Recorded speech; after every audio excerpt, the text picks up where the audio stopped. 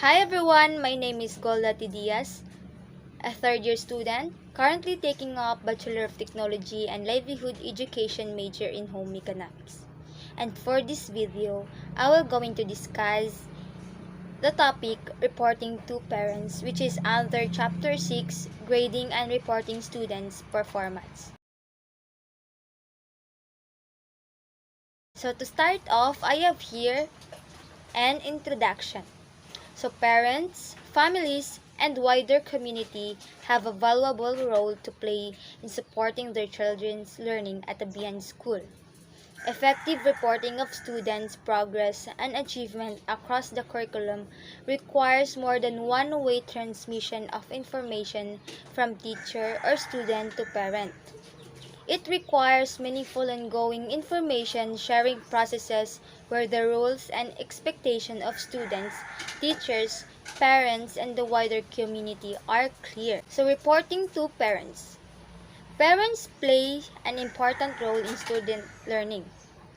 It is effectively reporting students' progress can help parents to better understand their children, know what they can do to provide appropriate support and motivation, and reporting to parents can take many forms. It could be weekly or monthly grade reports through phone calls, emails, and letters, newsletters, or even conferences and report cards and online grade books.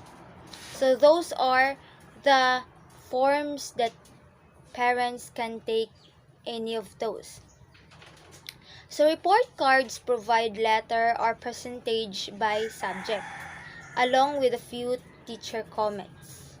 There has been a push to develop standard-based report cards that provide more precise information, and that standard-based report cards break grades into more specific standard-based measure. So progress reports can be quickly created with electronic grade books. These reports can be customized to show grades and class assignments and average totals, summaries of performance by category, graphs and connections between assignments and standards, and copies of rubrics and scoring criteria, description of student motivation and effect, and written suggestions for helping the student. So when communicating to parents, it is helpful to add positive comments, identify 2 or 3 areas of focus, provide specific expectations for what parents can do at home to help, and be clear in asserting that parents need to be partners in the learning process. So those are some ways in communicating to parents, and which gives a helpful action towards the learning process or the learning progress of the students. So teachers must give a positive comments towards their child, as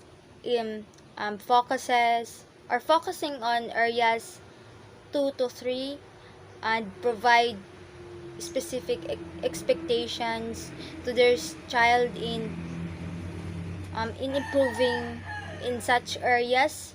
And parents must and teachers must let the parents understand that learning progress of the child is somehow helpful in maintaining a relationship between them. So informal notes or letters can be used as progress report. For example, a personal note to parents about their child is much appreciated, and begins such a note with something positive. So as you notice, all should be all teachers must give a positive comments, because in that way the students will be motivated, and the parents as well will take an action about this. And the parent-teacher conference is typically a face-to-face discussion, and phone conferences can also be used. So there are 2 types of parent-teacher conferences: the group conferences and individual conferences. Group conferences, which are used to communicate school and class policies, class content, evaluation procedure, expectations, procedures for contacting the teacher. And on the other hand, individual conferences are conducted to discuss individual student achievement, progress, or difficulties. Individual conferences, so the one-on-one, the teacher and the parent. So individual conferences, so there is an occurrence of one-on-one. So the teacher and the parent, or the teacher will share the achievement, the progress or difficulties of their child. So here are the checklists for conducting parent-teacher conferences. Plan each conference in advance. Conduct the conference in a private, quiet, comfortable setting. Explain how to interpret standard-based report cards. Begin with a discussion of positive student performances, because in this way the parents will be eager to listen of will be active, because they know that their child is doing great in the school. Establish an informal, professional tone. Encourage parent participation in the conference. Be frank in reviewing students' strengths and weaknesses. Review language skills. Review learning targets with examples of students' performance that shows progress. So avoid discussing other students and teachers. Avoid bluffing, and identify 2 or 3 areas to work on in a plan of action. So those are the following checklists for conducting parent-teacher conferences. So the teachers should always discuss students' performances in reading, writing, and speaking. Avoid discussing other students or teachers. Be willing to admit they don't know an answer to a question, and identify in consultation with the parents a course of action or steps to be taken at home and at school. Self-reflection promotes additional learning, understanding of capabilities and achievements, a sense of pride and ownership, and students are essentially telling a story about their learning.